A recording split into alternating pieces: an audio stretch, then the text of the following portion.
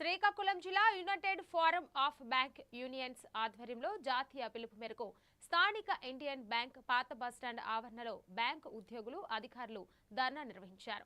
12వ ద్వైపాక్షిక వేతన సవరణ ఒప్పందం ప్రకారం వారానికి 5 రోజులు పని విధానాన్ని వెంటనే అమలు చేయాలని 4 లేబర్ కోడ్లను వ్యతిరేకిస్తూ తమ న్యాయమైన డిమాండ్లు నెరవేరే వరకు పోరాటం కొనసాగుతుందని యూనియన్ నాయకులు స్పష్టం చేశారు. చాలా అనూహ్యమైన పరిణామాలు జరుగుతున్నాయి. దాంట్లో భాగంగా యూనియన్ తాలూకా మనుగడను కొలగాచే ప్రయత్నాలు జరుగుతున్నాయి. ఆ ప్రయత్నాలను అడ్డుకోవడంలో భాగంగా మన అస్తిత్వాన్ని, మన సంస్థలను మనం కాపాడుకోవడంతో పాటు మన హక్కులను మనం కాపాడుకునే విధంగా ఒక పోరాట పటిమతోటి మనకు ముందుకు సాగే ఆవశ్యకత ఈరోజు వచ్చింది.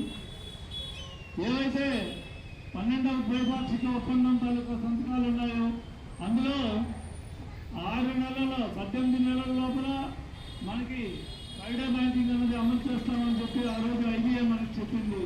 ఈరోజు కూడా నిమ్మకి నీరెత్తినట్లు ఊరుకొని ఆ విషయం మీద అలా సాధ్యత ధోరణి అలా దాన్ని కాలయాపన చేస్తూ దాన్ని అమలు చేసే ప్రక్రియగా వెళ్ళకుండా రెండో పక్కలోని మనకి పనిభారం మోపి మన ఉద్యోగుల అలాగే ట్రేడ్ యూనియన్ల తాలూకా ఐక్యతను దెబ్బతీసే ప్రయత్నాలు జరుగుతున్నాయి. దాంట్లో భాగంగా లేబర్ కోడ్ల అమలు అనేది మనకి సెప్టెంబర్ 25లో వచ్చింది.